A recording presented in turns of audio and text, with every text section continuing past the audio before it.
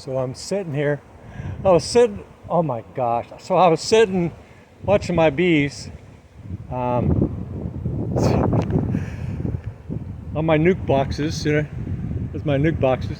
So I was sitting there watching, and all of a sudden I started hearing it sound like lots of bees. It was just my bees going in and out of my hive. Look at that stuff, man. Tens of thousands of bees going into my peach tree. So they scouted that baited nuke right above my normal hive. Shoot, I ain't even gonna go over there. I was just sitting there like 30 seconds, not even 30 seconds. Look at that.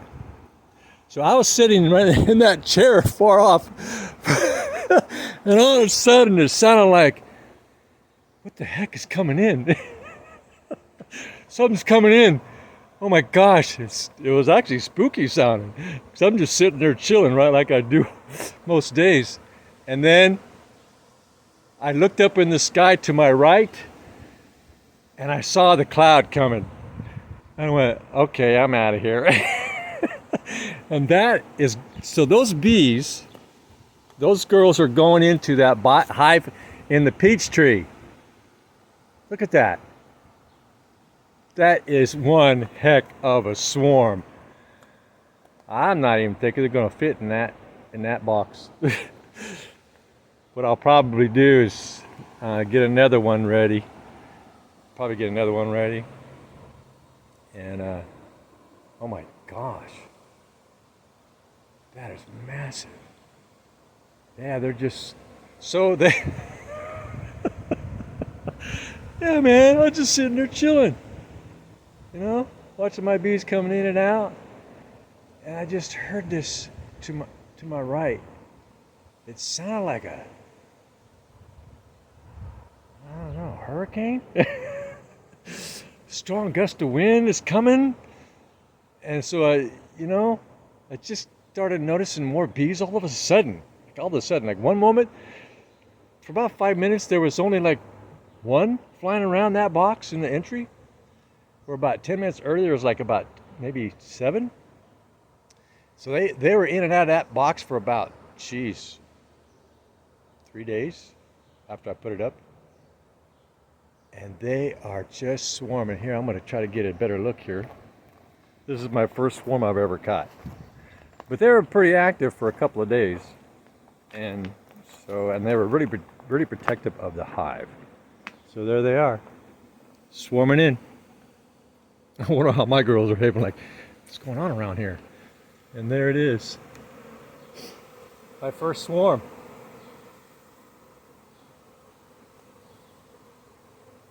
Cool, right? Oh, ladybug just landed on my hand. Ladybug. All kind of nature around here. So my girls are going about their business right here. They're just doing their thing. And then that happened. It happened within a minute. That swarm came in so fast, it startled me. I was pretty startled. Well, I'll be doggone. That hole isn't very big. It's a pretty small hole, so it's going to take them a while to get in there. But they're going in, slowly but surely. Isn't that just cool? 4 feet from my hive. And those are definitely not my girls, because those came in from the south. Those came in like, they swarmed from the south, so I'm thinking they're in another tree a distance away. And isn't that just far out? Look at that. That is amazing. I hope they all fit in there. That is one massive swarm. Okay. Well, I'm gonna sit back in my chair. Hopefully they don't want to attack me. I have to run for my life. When I was a kid, I got stung hundreds of times by wasps. I ended up standing on Me and my brother were out just doing our thing, and I ended up standing on a wasp nest that was underground, under some brush. And all of a sudden, I just started feeling stings. I thought, what the heck? And all of a sudden, I was getting lots of stings. It was quick. And then they started to swarm me. And I started running, and I ran into a little stream, and they followed me. And I dunked myself under the water, and I can look up through the water, and they were hovering right above the water, waiting for me to come out. I held my breath as long as I could, and I seen my brother just on the edge of the embankment, because the stream was down probably about 8 feet from the bank. It was a low stream, and yeah, I was like 6 years old. Pretty cool stuff, right?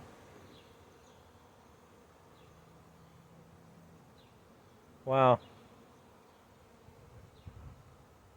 So what they did was they monitored that really heavy for 2 days. So I like to sit here and just watch my bees. So I got this hive over here. So that at one point they were monitoring that one pretty heavy. And I think they just opted for that one. I'm not sure. I'm suspecting. But they opted for that one because it was in the tree. Maybe. But they're working their way in. Isn't that cool?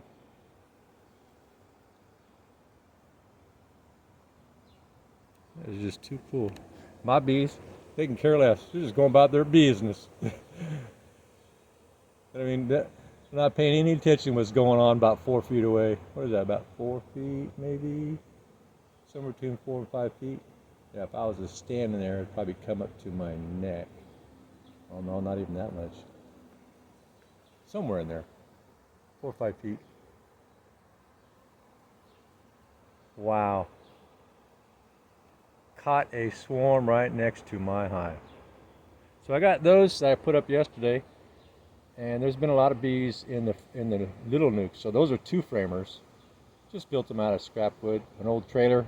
I had an old trailer that caught on fire. It's out of my house. A wine bottle glass had broken, and I didn't know it. Something, I don't know, who knows. So the bottom part of the wine glass, um, it got at such an angle, when the sun would come at that angle and hit that wine glass, there was wood on the other side of that bottom part of that thick bottle wine glass, and it acted like a magnifying glass, and it started a fire on the side of my house. And it didn't burn my house at all, but it burnt this it melted the tires on my trailer, and it melted, it burnt some of the platform, because it was 3/4 inch plywood for the floor of the trailer, a little tow trailer, 4x8. And so I took that off last year and scrapped what I could from it, and there it is. That was the bottom of my old trailer. Burned the rest of the fire, the burnt part of the wood. Wow, man. Too cool. So last night I took that down last night and noticed that there was no bees in there. I thought, what the heck? There was like 50 of them in here earlier today. Huh. They were really busy eating and carrying on and having a good old time. And so I took it down last night. I thought, you know what? I'm thinking I'm experiencing a prelude to the storm that's about to come to this hive. So I'm gonna better prepare this hive.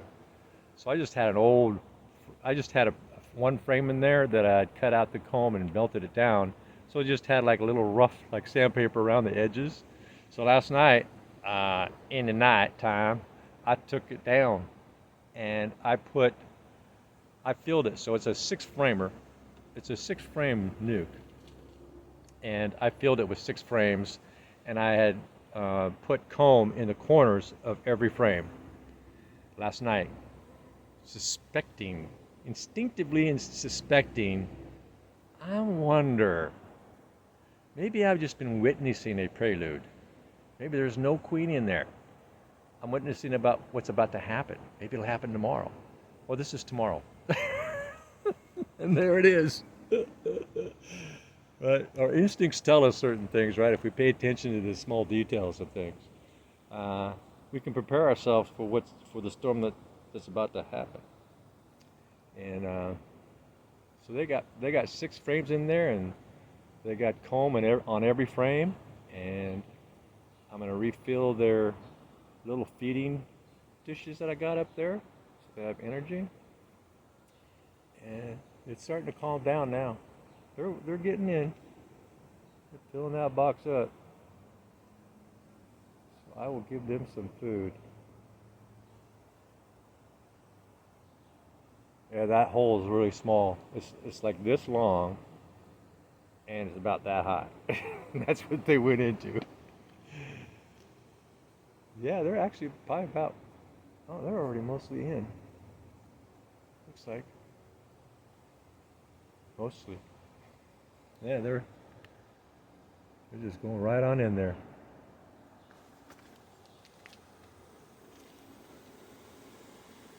So I got these little trays that I was putting sugar water 1-to-1 in those little trays, hoping that this would happen. So what I got here is I got these little bottles, and I take these little bottles, little top on them, and I just come up here and I will just feed these girls some food. There you go, girls. You had a rough day, didn't you? Yeah, here's some food. Yeah, you're dehydrated. Yeah, there we go. Long day. I thought they were going to be granolas, actually, and they weren't.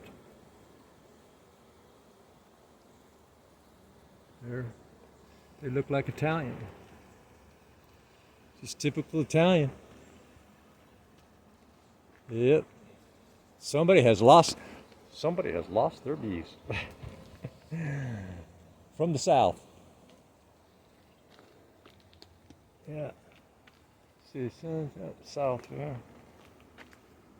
Now they say that it's recommended to face your bees towards the south. I don't do that.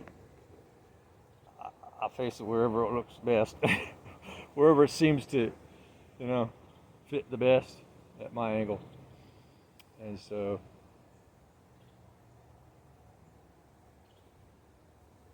yeah. Wow. That's going to take them hours to get in that little hole. I have seen large swarms go into a smaller hole than that, where only maybe 1 or 2 bees can get in at a time. Well, hey there, girl. She's investigating the phone. Yep, so these are Italians. I really thought they were going to be the black ones. Coronolas. I keep forgetting how to pronounce that. But it's okay. It's about understanding the conceptualization of something for me, not as much as the wording. It's about understanding. Think about all the different languages. Could you imagine trying to understand things in all these different languages? It's about being able to fully understand something without words. No words required. Being able to visualize something in our heads without words. And then just doing it. Wow. They're all along up there, along that beam to the right. Trying to fan? Huh, that's interesting. Doing a lot of fanning. Maybe trying to cool themselves off before they go in. I don't know. It seems like to me that's counterintuitive. They're spinning those muscles as a fan, and it seems to me that would be worse. Wow, that was so cool to watch. I always wanted to watch something like that in person. You see all that swarming stuff happening, you know, and you go, man, I'd like to see an actual swarming progress someday, right? Now, of course, you know, if you've been a beekeeper long enough and you set out, you know, baiting nukes and you've done all that stuff, and yeah, you get to see that. For just someone who is a novice, you know, just someone who's got a beehive or two in their yard or something, and like me, and just wanted to take up beekeeping as a hobby, see where it goes, right? Never know. Uh, it's like, you know, first you got to take those baby steps in life first before you can run. And so yeah, you know, so for me, it's about just taking the baby steps with the beehive, just like with this podcast. I just started it really about really. I put some in there, but my podcast, this YouTube thing hasn't taken off because mostly because I haven't really talked about the topic that I'm interested in, and the things that I've recorded are just hobbies that I do. The real thing I'm going to talk about on YouTube is you. Why you think the way that you do. All of us. What is it that challenges our intellectual perception of our own personal perception of our own reality? What is it that makes us see things so different from the other person? What is that? Why do we not see things that to some seem so clear, but to others totally unclear? Huh. I know why. And so I'm going to make a podcast down the road, probably give it a different name. It won't be Jimmy Turner 64. I have my own perception. I've got a degree in psychology, and I've watched a lot of debates in human analytical responses of their own self. It's like why they do it the way that they do, and why it's so different. And I should just keep talking about bees. That's a different topic. Yeah, there you go. They're mostly in now. The bees go marching in one by one, hurrah, hurrah. The bees go marching in one by one, hurrah, hurrah. Right? Yeah, I'll be doggone. I put all those frames in there just in time. Oh my gosh, just in time. Before I went to bed. Came out here with a headlamp, you know, on my head. Took that box down, set it right there on that chair. Put those frames in there, thinking, just in case. You know, I got this feeling something's coming. It could be a tsunami. And it was. That was tens of thousands. It created a shade. So it shaded the area. It got so thick that the ground got shaded. And they're all in that little box. That's a 6-frame nuke. Now, wouldn't that be cool if it happens to that one over there, and that one, and that one, and that one? So they had a choice. And yeah, like I said, they had a choice. They were all in that one at one point, just as much as they were all in that one. And they chose the one in the tree that was smaller. I don't know. I would have gone for the big house. That's just me. You know, I don't know. Maybe I am a simple person, so I might have stayed with the little ranch house, just because less maintenance. You know, the smaller home we have, the easier it is to maintain it. Cost to fix something when it breaks or whatever. Yeah, I've got this property is over 8,000 square feet, and it's tough to manage it on my own. It's you know, weeds all the time, and just, of course, I have a lot of projects that I got going on, and I change things around, but they're mostly in, moving right along. You got some energy that I put up there in front.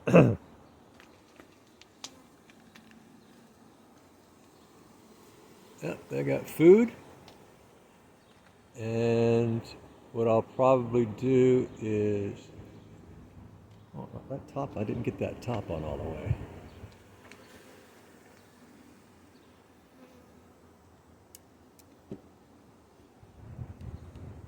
Oh well. Ah. So it's best that I leave that alone for a week. Let her settle in. Let them settle in. Just don't do anything. That top's not on straight. I did it in the dark, you know. It's my own excuse. Couldn't see. Uh, but I think it's on. Well, yeah, a little bit. But it's so tight that around the edges, it'll be all right for a week. Well, isn't that just cool? I'm thinking about going back in the front because there was a bunch of girls this morning when I was watering my front. I have another um, faded nuke in my cherry tree in the front. And this morning when I was watering, they were all up in that one. All up in that one. And my girls, they're just hunkered in. My original hive. So I'm gonna have to call that my peach hive because I caught them in the peach tree. Now you get a dog, give it a name. I'm gonna call that my peach hive because that's where I caught them in my peach tree. And so the other hive, this hive there, I just call that my main hive, my main beehive. Kind of like your main man, a main beehive. Right? Yeah, I don't see any reduction in my main hive. It still seems as active as always. When you lose half of your hive, and you're used to seeing a certain amount of activity, and all of a sudden you don't see that same kind of activity, you can pretty much assume that you lost half of your hive. And that is just so cool the way they filled the sky. You know how you see that stuff on TV, right? And you see how they fill the sky. They left strong pheromones or something. So the air smells different. And probably just dust. Wind's blowing pretty hard, blowing some dust around probably. And yeah, wow. So I picked some of these peaches. Well, actually I picked most of them. Sometimes I don't get to them in time before they fall off. I like to let them ripen all the way to where I catch them just as they're ready to fall off. So I just like them ripe, fully ripe. And they are so sweet. Oh God, and they're they're huge. You know, there's this thing that you can put on a pole and you can pick apples and stuff. Yeah, my peaches won't fit in it. Cause I don't like to I don't like climbing ladders if I can help it. You know, one slip and party's over, or you get disabled for the rest of your life or something, right? So I use a 12-foot pole to pick my cherries and my peaches and my apples and anything in a tree. I stopped climbing ladders. It's just so unbalanced. You're trying to pick this way and that way and wobbling around and you're going, oh man, I almost fell that time. Or sometimes you do fall a little bit. You judge your fall and you don't hurt yourself, but yeah, really dangerous. So I got away from climbing the ladder to pick things. I engineered, so I took an old swimming pool pole cleaner, you know, you can extend them out to 12 feet. And I attached a picker to the end of it. You know, it had a little claws and a little basket, and you just get behind the stem of something, even a cherry, and you just pull. Picking cherries, boom, boom, boom, boom, way up there, 12, 14 feet. Yeah, I used to climb up there, man, my cherry tree to get those way up there. Yeah, even when I was overweight, 205 pounds, I climbed that tree, get those cherries. I only weigh 145 now. It's pretty easy. I can climb that tree. I climb the tree like a monkey now because I got to get up there and Just a few weeks ago, I got up in the cherry tree, climbed up there with a chainsaw, a live chainsaw, and I cut a big, huge section. I don't know, must have been 8 inches in diameter. Big, uh, because it kept growing shoots out of the center, and um, it was just dysfunctional the way it became a bush. I couldn't get in there and pick or anything. So I decentered my cherry tree, and so now I just have these side shoots everywhere, and I get enough cherries for myself. Yeah, they're pretty much all in. Check it out.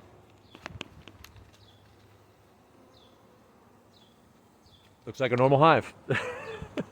just, just girls going about the business. So for now, this is this is for people who are thinking about starting bee. My podcast about bees is probably just sharing with somebody who's thinking about getting a beehive, or maybe they just got one, or they're in the middle of dealing with a hive for the first time, second time, third time. Um, I'm sharing my personal experience of what the things that I've come up with um, that doesn't cost me any money. Um, Free. Even the bees are now free. Free bees, right? And so it for somebody who's wanting to start a hive, it's really important to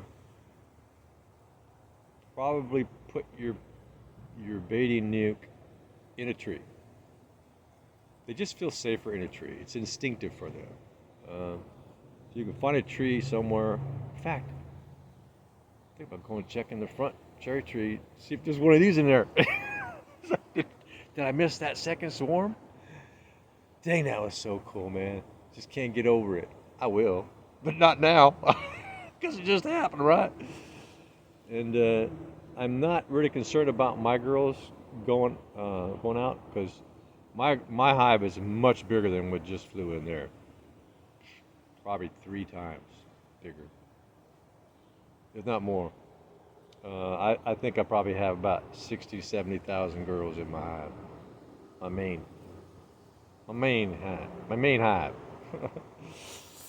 And when I pulled the panel out, my bromite panel out last night, I removed thousands of hive beetles running around on my panel and in the area of my panel, because they kind of got trapped in there. Once they fall through that 8-inch cardboard cloth, because they're tiny, not much bigger than a varroa mite, maybe twice as big, maximum 3.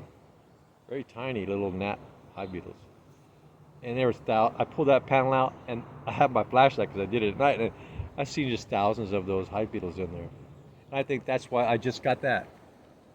So what's happened in my neighborhood is those hive beetles are infesting hives so bad that they're absconding. And I think I just witnessed an abscond because of those hive beetles getting into other folks' hives, and they just can't handle it, getting overwhelmed. So I pulled out thousands last night. They went into my little trap. Say hello to my little trap. And I just was scraping, killing them like that.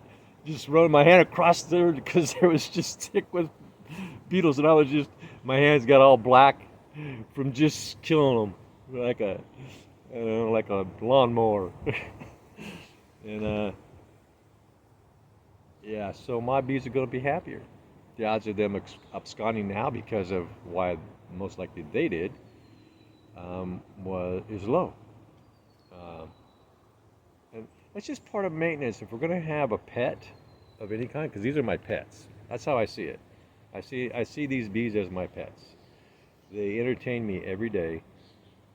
They bring me joy every day. Just sitting here, behind my cherry. No, that's not a cherry. That's a grapevine. I mean, behind my grapevine, because I heard it. I heard it, right? Yeah, I heard it from that. to sit behind it so the sun don't hit you.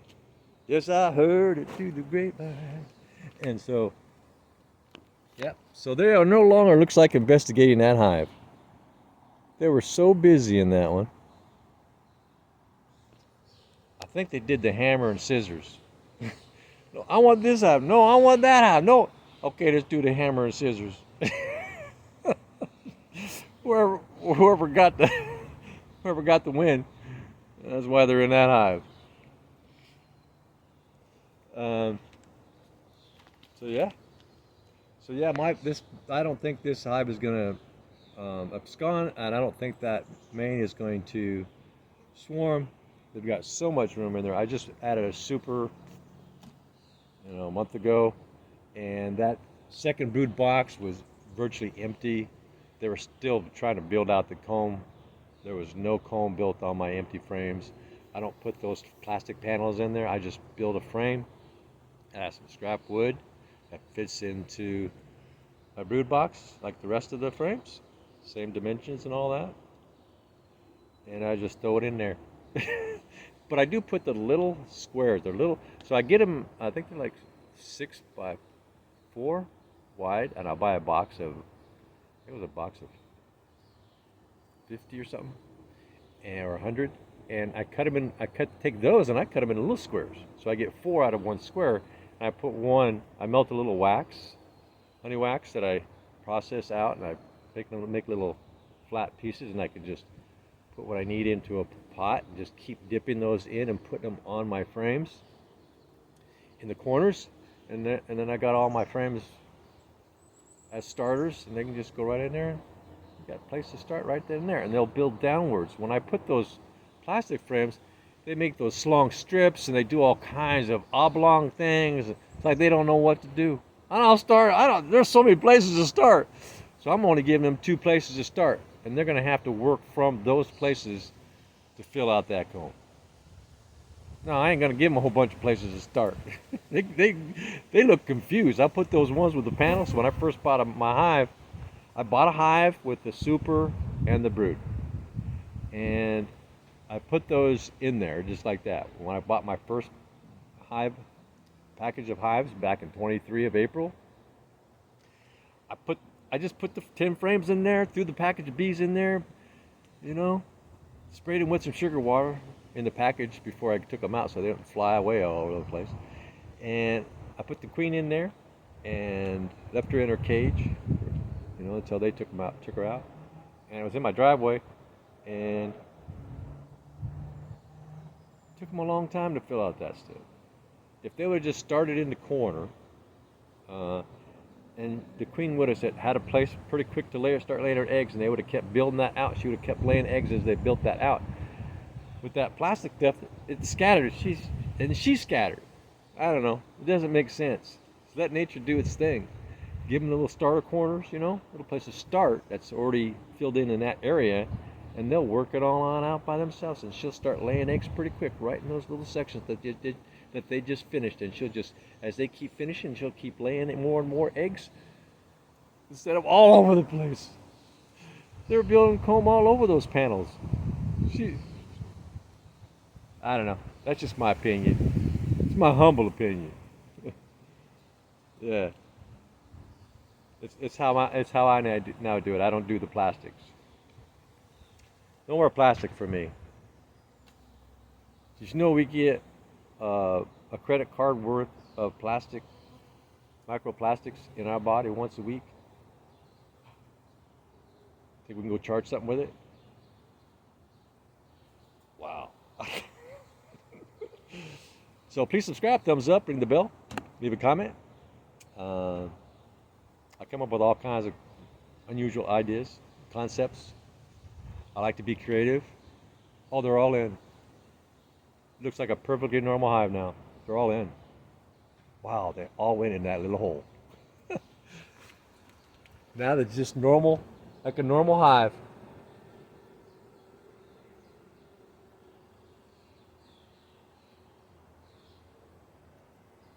I'm home. I'm home.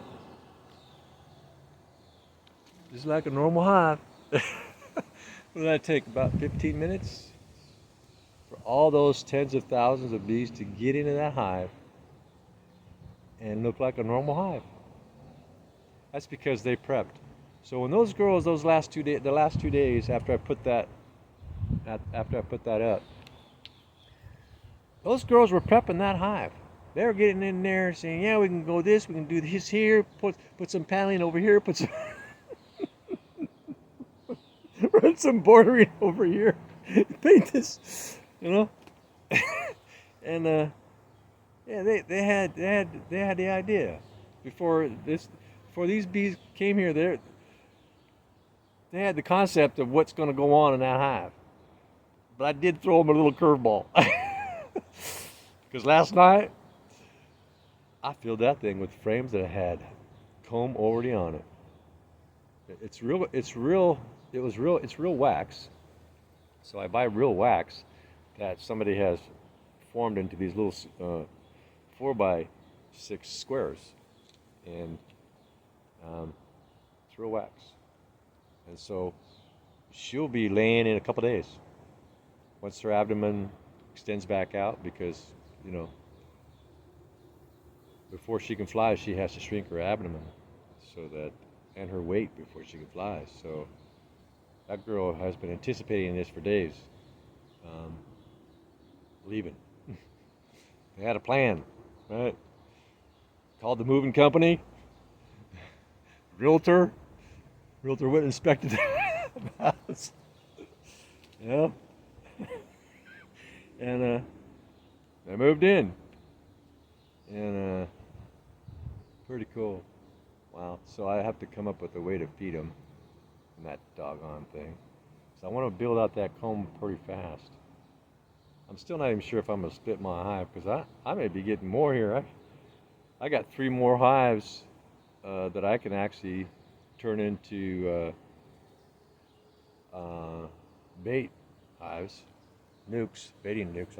I got 3 more. I got 3 more like that, brood boxes that I can actually bait. And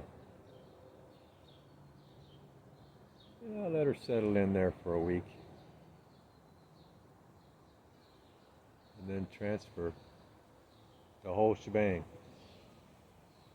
So all this activity that I was seeing in all my baited nukes, that might have been all of them, all that one hive, all that one swarm that was getting ready. It might have been all from that one hive that was swarming out. Yeah, well, I'll know in a little bit. So if I don't see any more activity in my cherry tree, like I did this morning, well before, it was this morning. So what is it about? Well, what is it, about 3 o'clock? What time you got? So yes, 2:55. So I was seeing a bunch of girls in my cherry tree in the front yard. That's about 60 yards away. And if I don't see any more girls going in there, they were still scouting. They were still doing a hammer and paper, hammer and scissors. So maybe they decided at the last moment, no, this way. We're all in the air. Where do you want us to go? Teetering. Let's go over this one. We spent more time over in the peach tree area. Who knows? Maybe they just wanted some close neighbors. Something they can go collect pollen together with. Oh, shoot. Yeah, they made themselves at home. What a massive swarm it looked like. And I know there has been so much bigger ones than that. Oh my gosh. What I saw was probably tiny to some. But there was, when it darkened my sky, it's like I'm sitting right here, right? Just for all this happened, I'm sitting here and I'm seeing a few girls like I did yesterday and the day before, roaming around the front. And all of a sudden, I see none. There was none. For several minutes, I went, oh, shoot. Well, I guess they decided not to occupy that hive. So I thought it was over. I thought, okay, I'll just rebait it later on, during the week or so. And Then I heard this sound, and I noticed that a lot of bees started all of a sudden coming to the front of the hive and around the hive. I looked up and I heard that noise sound like a hurricane coming in, and I realized what was happening. And the further I looked away, the thicker that the cloud was. So I knew they were coming here. So that's when I went and grabbed this phone. I said, "Man, I gotta get this. I gotta get this." So I grabbed this phone, and I would not have wanted to be sitting here when it was this whole area where I'm sitting right now. They would have been landing all over me. This was just totally packed with bees where I'm sitting. Yeah, I kept a little bit of difference. Let them do their distance. I let them do. I let them. I want to let them. I wanted to give them the space and let them do their own thing. Let them do their thing, right? Without any interference from me. Let nature take its course. And I just thought I'd share that with you. Subscribe, thumbs up, ring the bell. This channel goes nowhere without your help. And the way you can help is by clicking that subscribe button. Give me a thumbs up. Leave it a comment. I always respond to my comments. I'm always courteous and kind and humble, regardless of what the comments are. Doesn't matter. I don't mind constructive criticism. Yeah, it's a good thing. If we can handle constructive criticism, we're better able to handle ourselves. Right? Deal with reality in a higher, critical way. Okay, that's my day. Today's the 27th of May, 2025. And I caught my first swarm ever. Just by sitting here. Just by sitting here. The swarm came in. I was like, I hope this swarm comes in. Kind of like, the end of the rainbow, the leprechaun. I hope the swarm comes in. I hope I get that pot of gold at the end of the rainbow. Oh, I hope. And then here it comes. It's kind of like that. Like, here it comes. Here comes the bees, doo doo doo. And it was just so cool to witness this. I always wanted to witness that live. Yeah, you? Yeah. For those of you who haven't, you're just chilling, you're going about your daily business and you're chilling with your pets, mine are my bees. And all of a sudden, something like that happens right in front of your nose. It's like, literally, it's right there. It's right there. That's in front of my nose. All right. As I'm chilling. It's happening as I'm chilling. And maybe I'll have some chili later. Homemade chili. I make my own chili. No, I got some stir fry thawed out. I make a lot of food at once. And I make like TV dinners. And I put them in containers that are non-plastic. So I don't get those microplastics. And yeah. So I got like 30 meals. I eat once a day, 1 meal a day, evening dinner. So I eat a dinner, no breakfast, no lunches, no snacks, no. So I eat after 5 o'clock. And I'll have my snacks like banana, apples, peaches. I got lots of peaches that I've frozen and processed down, and lots of blackberries. I have the blackberries with my dessert. I got lots of blackberries, raspberries, strawberries, blueberries, cherries. I'm a very big keeper of those things, and so that's my kind of stuff I have for my dessert. And 1 meal a day. I feel fantastic. I feel better now than I ever felt. Processed foods are really bad for most people, and all the chemicals that they put in there and the metals that come off the processing machinery and stuff like that get into our food. So they use machines, metals, and plastics and other things to process that food. Well, those things slowly degrade over time, and those metals, micro metals, get into our processed foods, and those metals build up in our body, just like the microplastics. Same process. Metals break down just like plastic, and so our foods are loaded with all kinds of micro metals and chemicals that are in the metals and all the other stuff. And it builds up. And it takes time if we're going to go into that organic mode. It takes several years to really start getting cleaned out. It took me about 2 years before I no longer had to use deodorant.